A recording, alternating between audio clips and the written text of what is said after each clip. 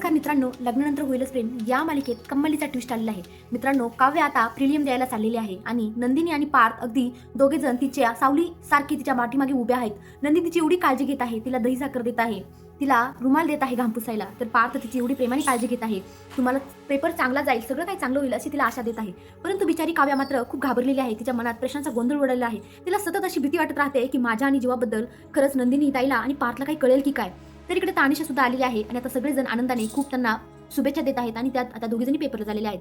तर मित्रांनो, इकडे आता नंदिनी बिचारी हारासाठी जीव काढत आहे. ती आता येणाऱ्याला भेटलेली आहे. तिला जो जो कोणी हार तो विकत घेतलाय तो व्यक्ती तिला भेटलेला आहे आणि ती आता त्याच्यापाशी पोहोचलेली आहे. परंतु मित्रांनो, तुम्हाला काय वाटतं, तो माणूस तिला हार देईल का?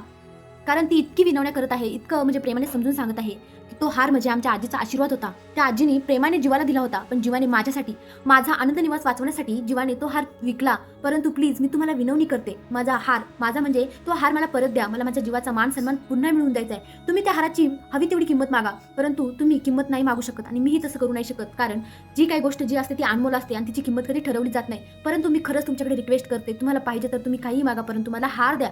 पण तो व्यक्ती काय तो हार द्यायला तयार नसतो. तो बोलतो की मी माझ्या आईला खूप प्रेमाने तो हार गिफ्ट केलाय, त्यामुळे मी तुम्हाला नाही देऊ शकत.